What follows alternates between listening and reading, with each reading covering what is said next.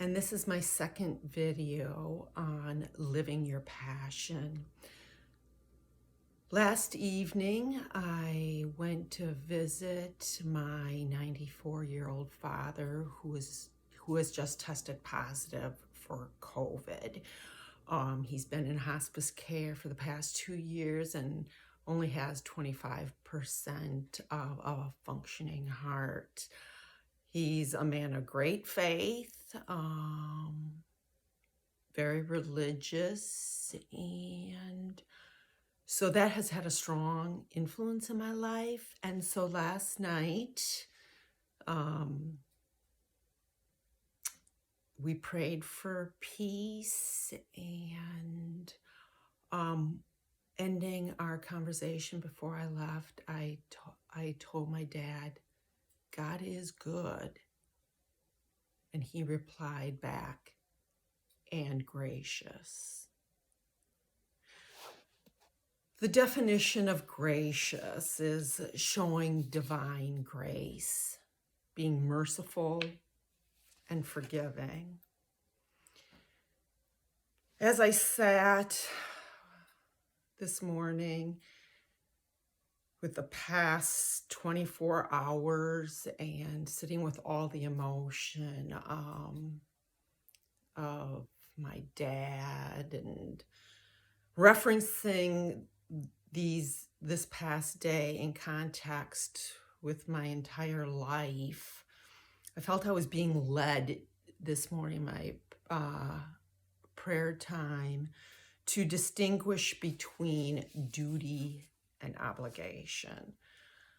Obligations arise from a set of rules that one is supposed to do, regardless if they feel called to do it or not. And there's typically an I should attached to obligations. Whereas for duty, in its very purified definition, I'll say, it's a sense of calling. One senses from deep within what you are led to do, and there's a sense of honor with it.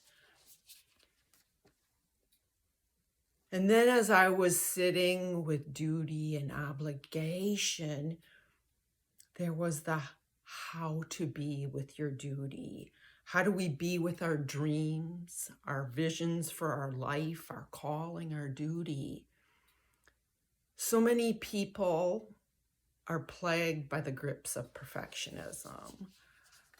We want to do it right. We want to be perfect. We don't want to make mistakes.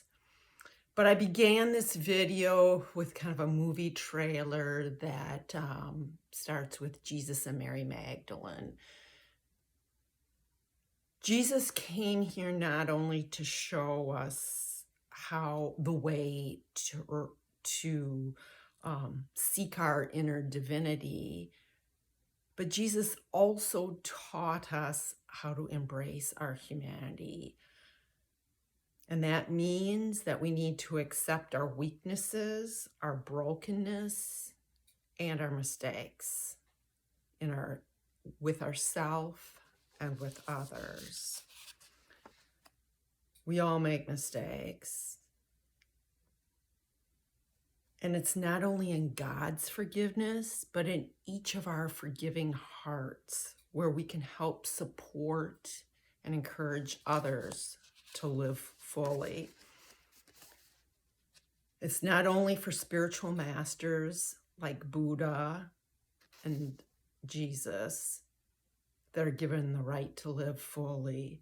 We're all being called to live as fully as possible.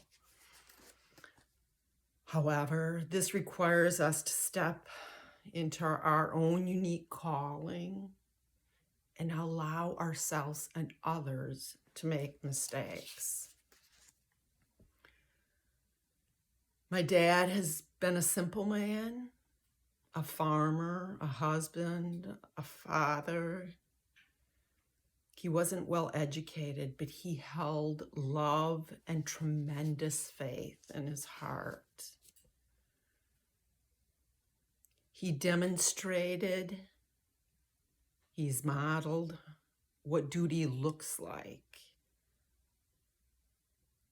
and how by living out his duty, the abundance of gifts he's bestowed upon others.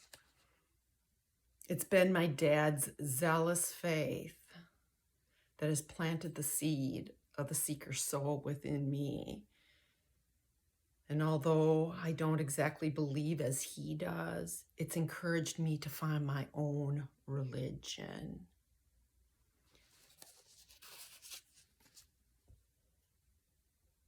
And the sense of graciousness that he spoke of,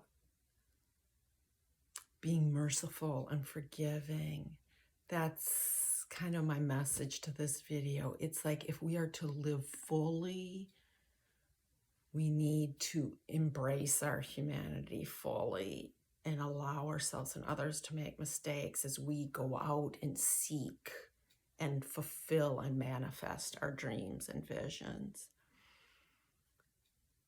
And so on this final note, whether you're religious, spiritual, or not, I'm inviting all of us into this space of living as fully as possible as you are able to, because it's when we live with our sense of duty, that when we share ourselves fully, that's when life bears so much fruit, not only for ourselves, but others. So by my dad living fully, he bestowed upon me the gift of a seeker's soul.